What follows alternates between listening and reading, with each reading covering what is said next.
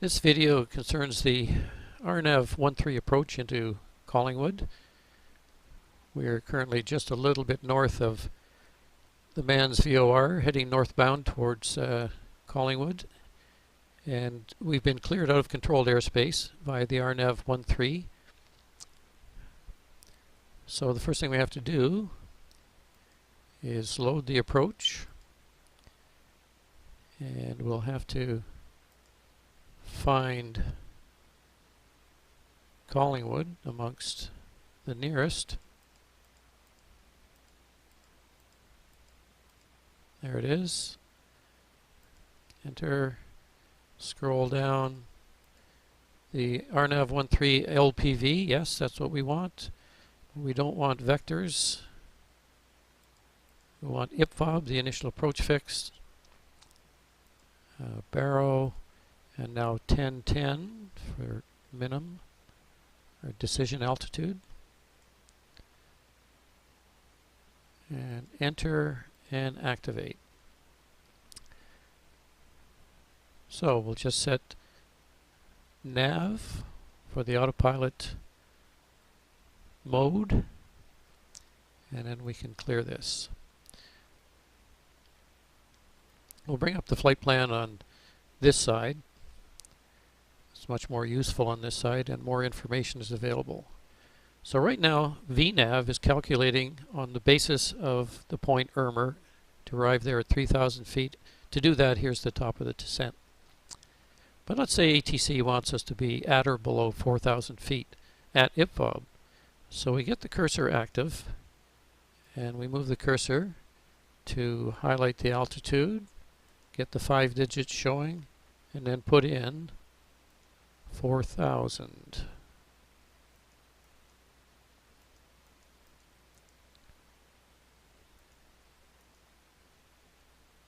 Enter. And also, let's get a little tricky. Maybe we don't want to be down at Irmer at 3,000 feet at Irmer. Maybe we want to wait a couple miles after. So what we can do is, again, get the cursor active and settle the cursor on Irmer. And now down here we have the option of ATK, a long track offset. And there it shows plus 0 nautical miles. If there was a minus sign there, it would be building a new point before Irmer, and but we want to go after. So we want the plus, and each click of the small knob will do 1 mile. So we'll do plus 2 miles. Enter, and now it's asking for an altitude.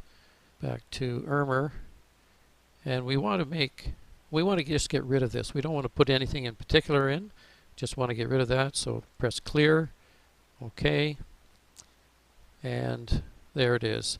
So what this means is that with this VNav profile now, if we are at IPFOB at 4,000, and then the next point is Irmer plus 2 at 3,000, we will go by Irmer itself at about 3,300.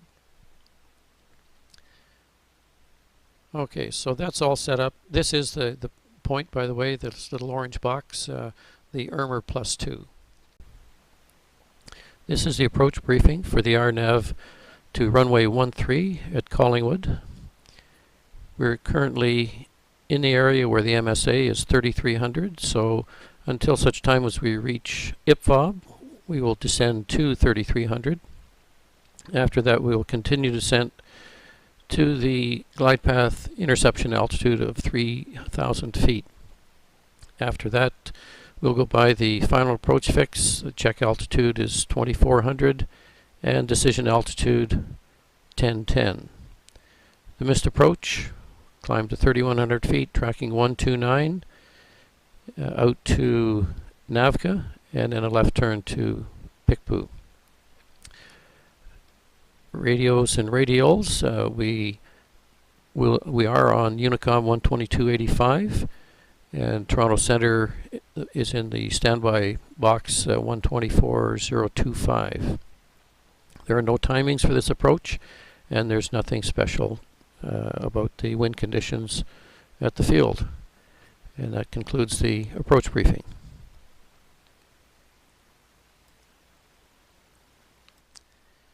Now, we're all set to, we're not all set to select VNav. We have an advisory, storm scope, we're not interested. Before we select VNav, we want to have this thing at an altitude lower than the lowest part of the VNav, which is 3,000. So that means it would be about 2,900. Let's do it this way. There, 2,900, and now we can select VNav. And we have 2 minutes and 20-some seconds to go to the top of descent. Let's get this a little bigger here for a little better SA.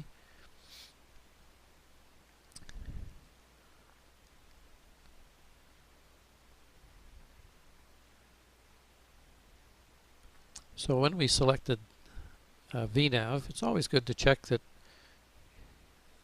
the system understands what you want. And sure enough, here's the vertical path is armed. And over here, it's armed to go to IPFOB at 4,000 feet, 3-degree glide path from there on. And here's the target rate of descent from that particular top of descent. In another half a minute, there's a minute and a half to go to top of descent. Another half a minute, we're going to get the alert vertical descent, and the magenta caret will come up along here showing our vertical deviation from the glide path, and another caret will be here showing the required rate of descent to fly the VNav profile. And we'll also get a magenta altitude here, the 4,000 feet that we're going to arrive at IPFOB vertical with. track. So there's the little lady, time top of descent within 1 minute, and all the indications I mentioned are showing. And it also shows here, if we were to go down starting right now to IPFOB at 4,000, we'd have to use 530 some feet per minute. And if we wait till the top of descent point, it's going to be 780 something. So only 25 seconds to go. You can see that vertical deviation is getting very close to zero, just under 200 feet here. At the time of vertical path capture, this will read pretty close to zero. The vertical path is capturing at this moment, and this shows ALTV, the VNav altitude. And there are only two things that are possible here, an ALTS or an ALTV. An ALTS means the system is descending to the selected altitude. ALTV means it's descending to the VNav altitude. So there's 850 feet per minute.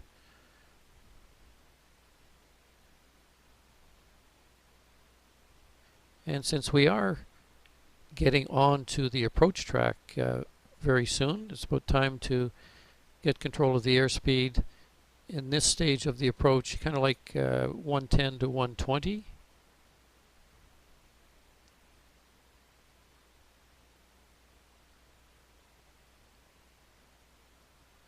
Okay, so that's set. And we are cleared the approach. So just so you don't forget, it's a good idea to select the approach button. And up here you check, and sure enough the glide path is armed for capture. Indication to turn right. But this hasn't changed yet. We're still showing us going to IPFOB. And when it does change, it'll go to Irmer.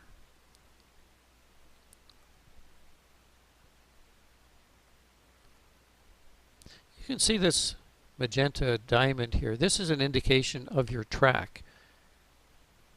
The track made good. So it looks like about 040. And sure enough, here's the track up here, 040. That is just an alarm. We're going through 3,900 feet.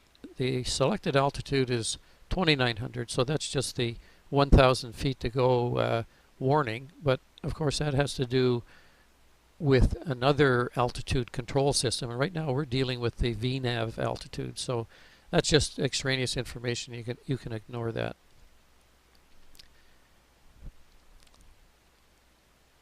We can decrease the range here. You can see that Mr. Garmin pencils in where you are going to cut a corner, and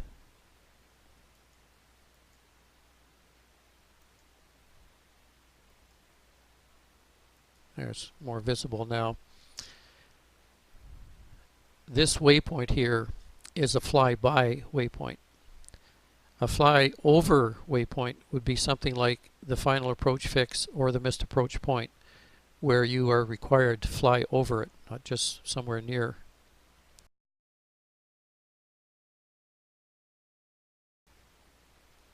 A word about going down to 3,000 feet. That is the recommended altitude. The approach plate says you could actually go down to 2,400 feet, but that's also where you intercept the final approach fix. So it would be kind of nice to have gear down, flap down, established on the glide path, power set, accurately holding the glide path before you actually get to the final approach fix. Because there are a few things that happen there in addition to getting gear down. So you don't want to arrive at the FAF with a whole bunch of tasks. Hence, it's recommended that you do it, in this case, 600 feet before, and get a few things squared away, get yourself stabilized, and then just go past the FAF with only a few tasks left to complete.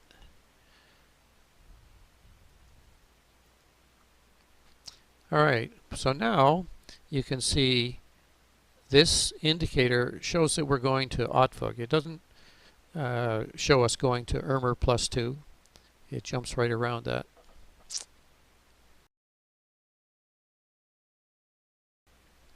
And we're only on a 1.4 degree glide path. That was because once we got by Ipfob, there was only 1,000 feet left to go, and probably there was a good 7 miles there, so that you couldn't go down at a 3-degree glide path. You would have gotten down way earlier. So the glide path was changed to reflect 1.4 to get us down to the 3,000 feet just at this Irmer +2 point.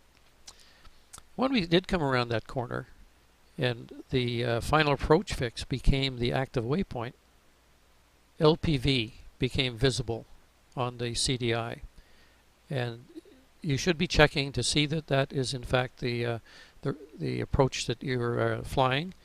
If you had a failure of the WASP, for instance, you might actually be about to fly an LNAV, and LNAV would be written in here, and it would be a good thing to know that you're not going to get a glide path.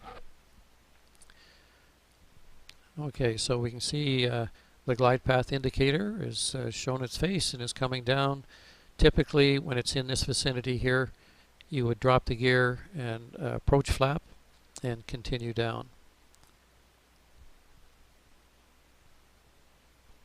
The next thing that is going to happen is glide path interception. Shortly after that, it'll be the FAF, and the actions at the FAF are check the check altitude. In this case, it's 2,400 feet. You're allowed plus or minus 100 feet on that. You would make a radio call to Collingwood traffic, and you could say by the FAF or by Otvug inbound, but VFR pilots probably wouldn't understand what you're talking about, so it's just best to say 5 miles final straight in Rnav 13. And then the third thing you would be doing is checking the landing gear is down and the flaps are set. Okay, so now we're going down. I'll get the airspeed stabilized at 100.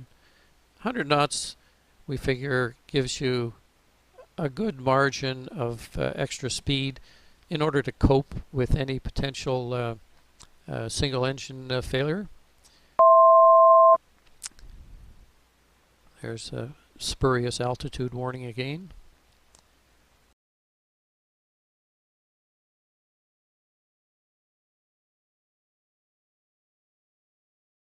And we're at the final approach fix, so we're within 20 feet of that desired 2400 number.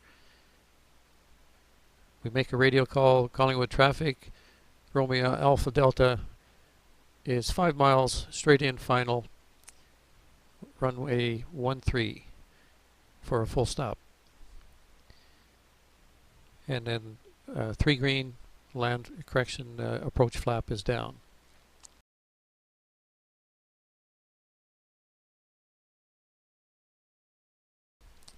So the approach plate final approach course is 128, and you can see that's our bearing. Well, it was 128, now it shows 129. But our heading is 125. Didn't have our wind vector on, so let's get it up. And sure enough, there's the reason. Wind is coming from the left, so we got to lean into it a little bit with a 125 heading. And you can see the bird is on the runway, so that's a good sign that we are indeed tracking directly to the button.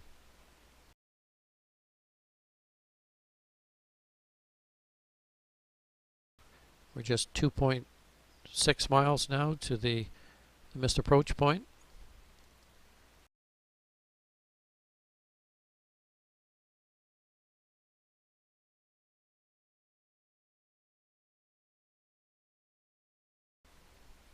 In the real airplane, you would hear 500 feet, an alert call for 500 feet. The trainer doesn't do that.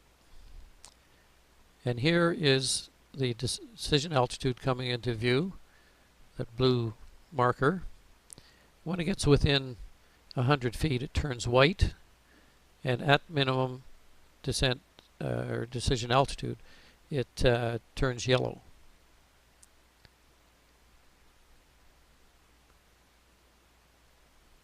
Minimums, minimums. So there's your advisory minimums. It's turning yellow.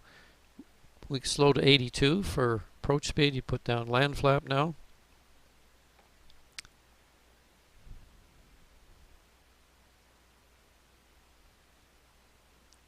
And you can keep flying the magenta diamond right to touchdown. But you would be autopilot off at this stage.